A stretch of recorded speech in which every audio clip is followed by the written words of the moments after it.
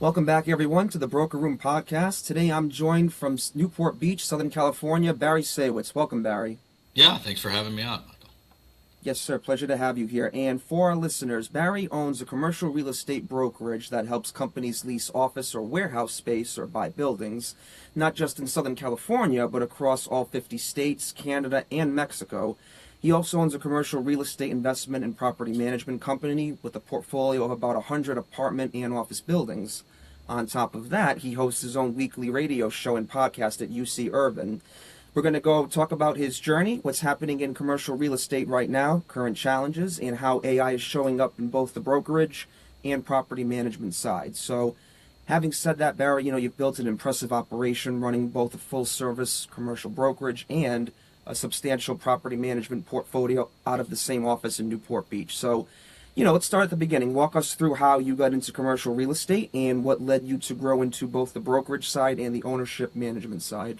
Yeah, well, it's a long story. It's probably tiring and boring for most, but I got into commercial real estate after college in October of 1989, and the commercial real estate market here in Southern California crashed in November of 1989. So it was only a couple of weeks before things started to really unravel in terms of the economy and the real estate market.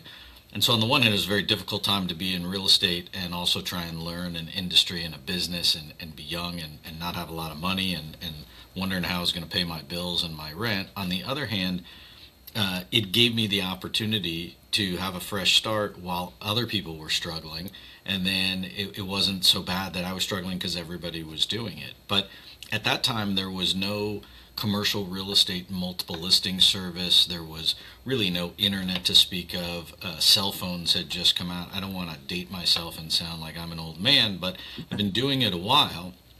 And I would go out in the mornings and I would canvass and knock on doors and try and get people to talk to me. And I would make, hand notes on 3x5 cards, and then I would come back to the office in the afternoon and cold call these people that I had met or call on the business cards I had collected. And then I taught myself how to use a computer and how to type. And so I realized that it's exhausting and it's time consuming to do all those different functions that go into the cycle of being a real estate broker or making a deal. And so, typically, whether it's residential or whether it's commercial real estate brokerage, you eat what you can kill, and it is a circle of life in the sense that I dig up the business, I cultivate it, I work on it, I close the deal, and then I'm back to zero and I start all over again. And so I can't get off of the hamster wheel because I have to go find more deals and fill the pipeline. And so I learned very quickly that I'm not an expert at everything, and there's certain things that I'm better at than others, and then there's certain things that while I might be okay at, it would be better to have other people do. And so in developing the methodology for trying to be more efficient, instead of being a circle, I wanted to be a triangle where I was at the top of the triangle and I had other people underneath at different points in the triangle doing the background research, doing the administrative functions, doing the marketing, and then I could guide the process and I could be involved in the negotiations where I felt like that was really the best use of my time and effort. And so when I was able to grow the business and hire more people around me, really that's what we did. And then over the years, we have built a database, we have built financial modeling internally, and then I've tried to utilize the people around me as part of a team approach. And then as we bring in new talent, we try and get them focused where their skills are the best utilized, and not be the lone wolf kind of a structure. And so in commercial real estate brokerage, if you make a deal, you make a bunch of money, and if you don't make a deal, you make no money. And it's very difficult to pay your bills. It's very difficult to set up a budget for yourself as a business owner if you have all of these ebbs and flows. And so ultimately what I decided was that I wanted to get into the investing side of it, to be the landlord, thinking that if people paid their rent on a monthly basis, that would be the steady cash flow that would offset the ebbs and flows, and then hopefully I'd have the best of both worlds. And so started buying properties and fixing them up and getting them stabilized with people that hopefully would pay their rent. And so that investment business grew. And so we started with 2 units and 4 units and 8 units, and then it just sort of grew from there into the point where it was sort of its own animal, where we have property managers and leasing agents and maintenance and construction folks to help maintain the properties. And so it is its own business. And so both of those businesses now run simultaneously. And each have their own challenges in today's world in terms of what's going on. So overall, the real estate markets go up and down as well. They never stay the same. They never go up. Not unlike the stock market, there are cycles, and you have to try and stay ahead of those. And you have to try and advise your clients, to try and stay ahead of the curve and make good decisions, based on where you're at in terms of the market, and then also negotiate aggressively, but also with the most information that you have. And so as technology has evolved, you can do transactions much easier in today's world, just like we're talking from 2 different places. I don't have to be in front of you, and I don't have to hop on a plane to go do that all the time. And so the ability to do transactions, the ability to get information in today's world is much more readily available. What we talk about in our office all the time is it's not having access to information. Anybody can go on the internet today and get information. You can get information on a property or a house or a building or a market trend. And with AI evolving, you can get even deeper dives of information from that. It's what you do with that information that really makes a difference and adds value and separates the boys from the men and the girls from the women, and one company from another. And so we say that to prospects and clients of ours all the time. Look, you can go and play on the internet at night and you can figure it out, but you need to know how to apply that to whatever it is that your own business decision making is, and apply it to be able to get the best terms and conditions in whatever deal you're trying to negotiate. So if we fast forward in today's world, you now have, in my opinion, a new evolution of AI, where this is really the next event. It's the next internet, it's the next cell phone, it's the next fax machine, the next tablet, whatever the next evolution of not only just the economy as a whole and how it will affect all businesses. Now you have to figure out how to use AI in your own business, in your own daily life, to be able to take advantage of it and integrate it into what you're doing. And so that's what we're trying to do at the moment, I think, like a lot of other people. And so, we're embracing it. Real estate is an art and not a science. And so it will never replace the human interaction of negotiating and comfort level with people and the personal interaction. But what it will do is be able to streamline, I believe, processes on the back end. It will be able to streamline information and information gathering, and then it will also be able to, as it continues to evolve, be able to allow people to interact at any time 24/7, so that you don't have to be constrained to only your business hours or time differences as well. And so we're playing with that. We are actively and aggressively pursuing it, and we're going to integrate it into our own business plan very quickly. Yeah, a lot of people that I've spoken to are of the same mindset. They're exploring it and looking to integrate it. Some already have integrated it, or they're just starting to look at integrating it now. And, what you said really hit the nail on the head, because really, it's AI. As much as it's going to continue to grow and evolve, it's never going to replace, just certain things outright. I mean, buying a home, for example, is one of the most emotional decisions a person can make in their lifetime, and you're just not going to be able to get that done without that human, touch, that interaction. And like you said, yes, it's going to make streamlining a lot easier, and it's really going to widen the gap between those who do use it versus those who don't. So adapting now definitely is, of the utmost importance. And to kind of just piggyback on that a little bit, if we look at the commercial real estate market now, especially, in your area, Southern California, what, trends have you been seeing in, whether it's in the office, industrial, warehouse, or multifamily? Have you seen, AI affect it much on your end yet? And how, much have you personally started to integrate it so far in your own practice? Yeah, so that's a multi-pronged question, if you will. I'll try and answer it as best I can in pieces.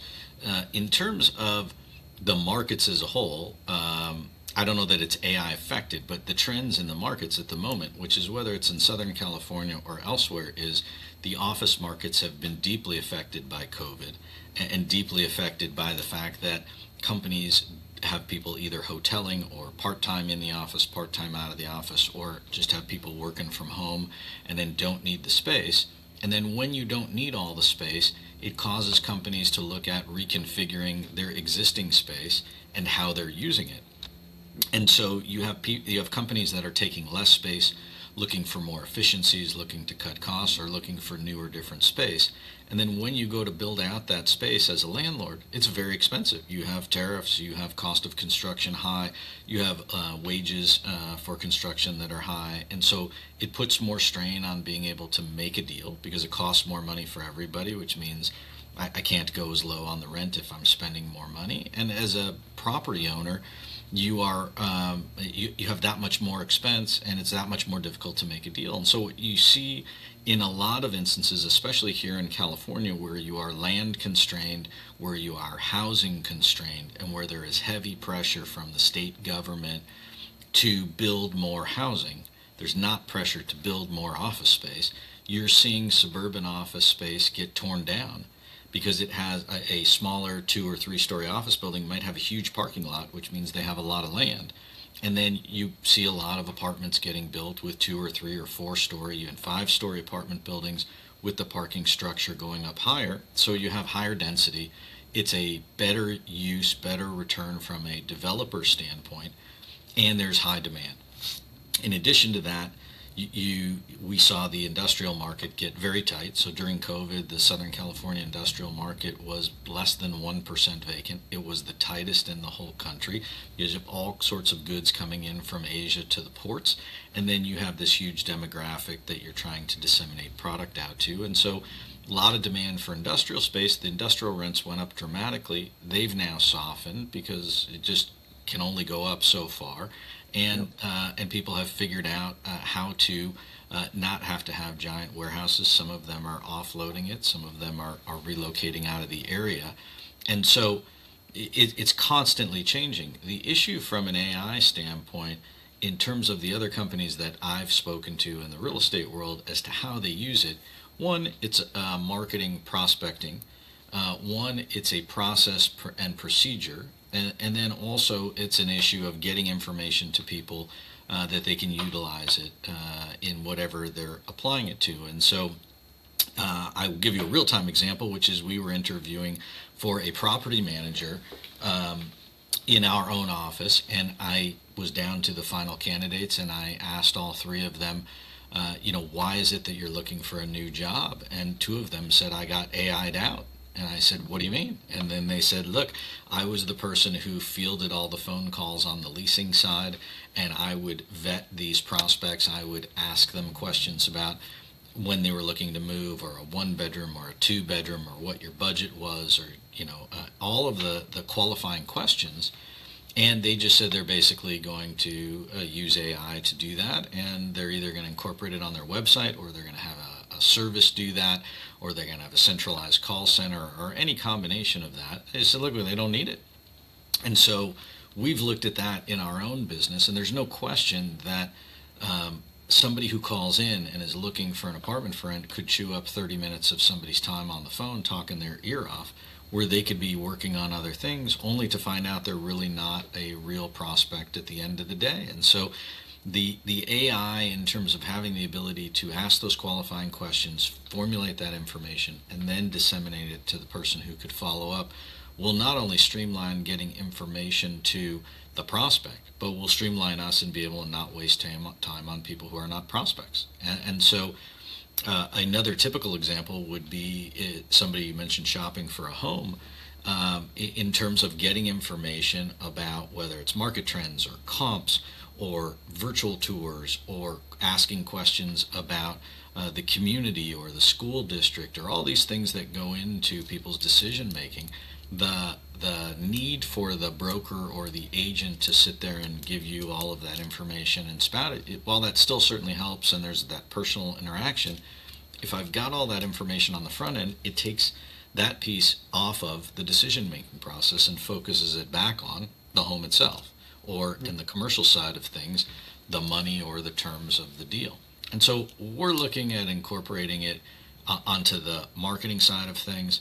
We're looking at incorporating it into customer service relating to maintenance. Things break, stuff happens, people want reaction quickly. If my toilet is clogged at 11 o'clock at night and I call and no one answers, I'm in a panic. And so the AI would give people the ability to talk to someone, and while it may not be a real person, they would ask qualifying questions to be able to determine, is it really an emergency or it's only an emergency to you, and do we need to dispatch somebody right away, or can it wait until the morning? And at least then the tenant would be calm to know that their information got relayed, somebody heard them, and that somebody will come back and follow up with them. And it is real time, and it is much quicker than leaving a message or sending an email and hoping somebody responds, in the next few minutes. Yep. And so there are different ways to be able to incorporate it. When I talk to other business owners on my podcast and radio show about what they're using it for, it's really different. And I think that the people that are able to use it on the marketing side for listing presentations or incorporate information, number one, it separates you from your competitors.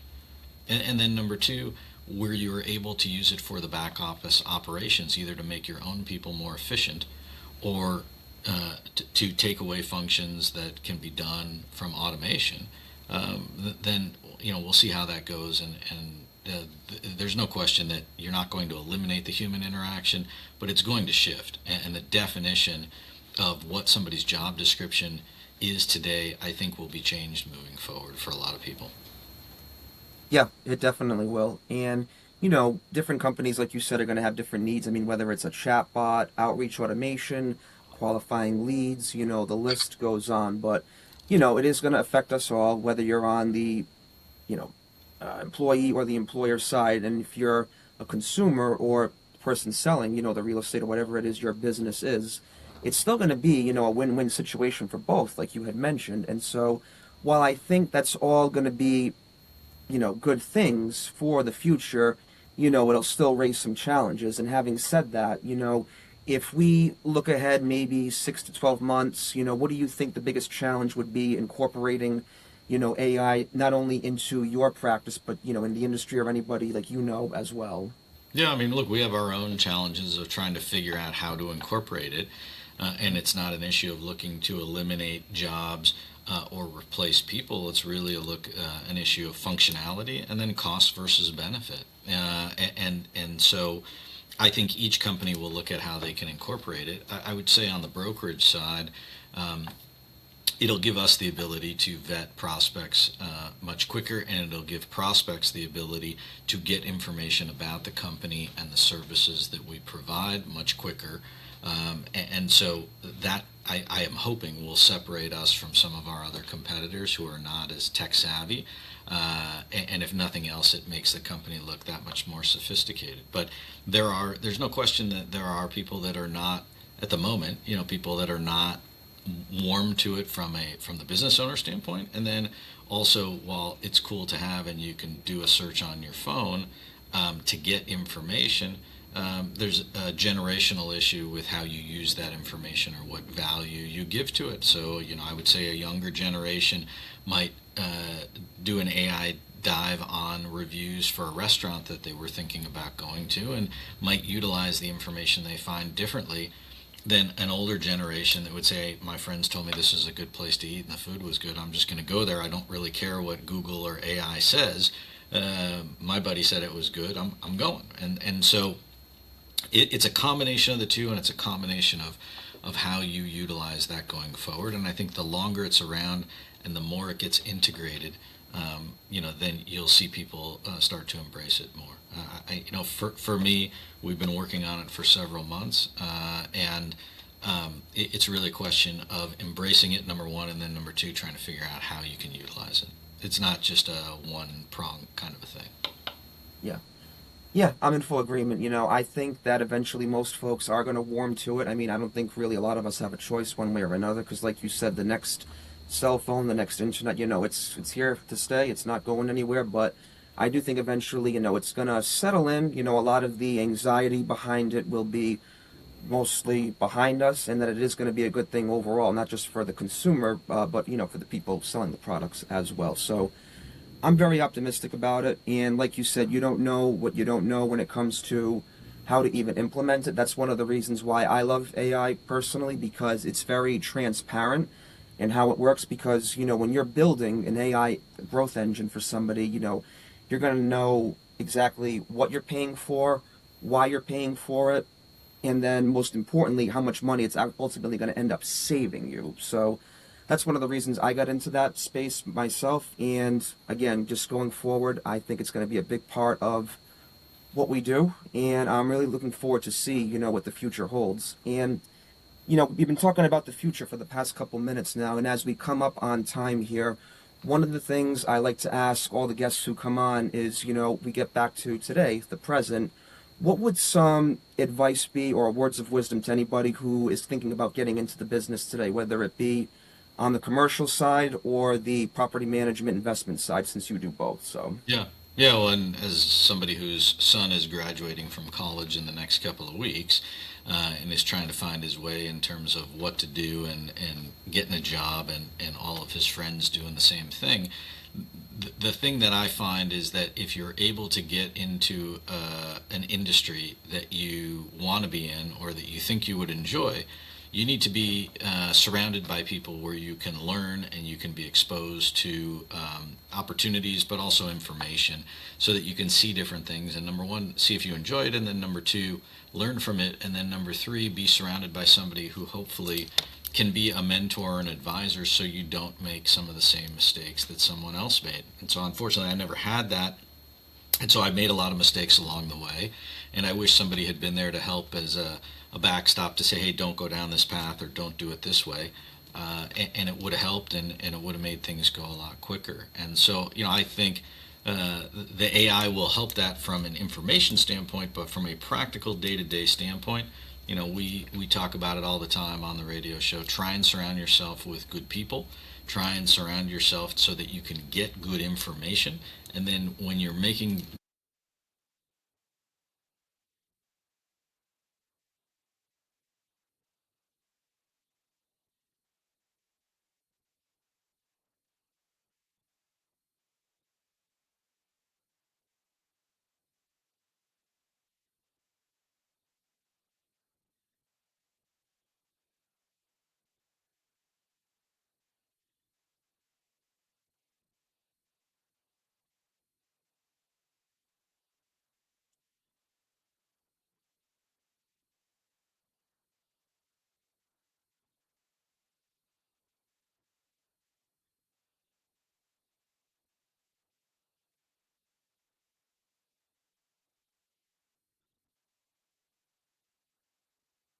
yeah,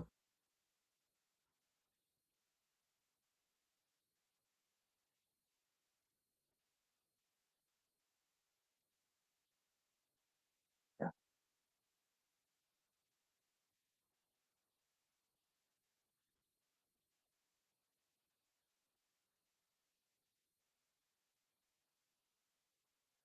yeah,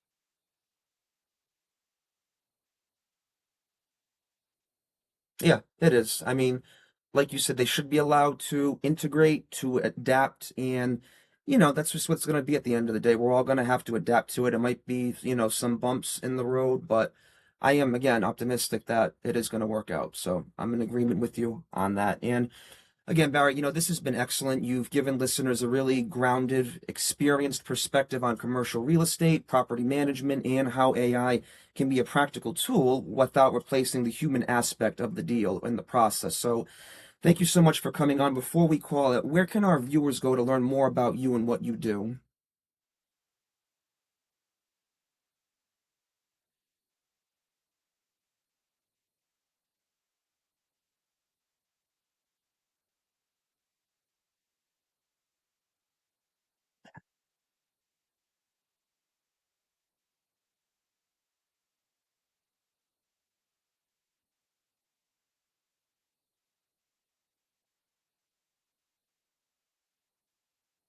Yes, sir. Thank you again. We appreciate it here as well. Hope you have a good one.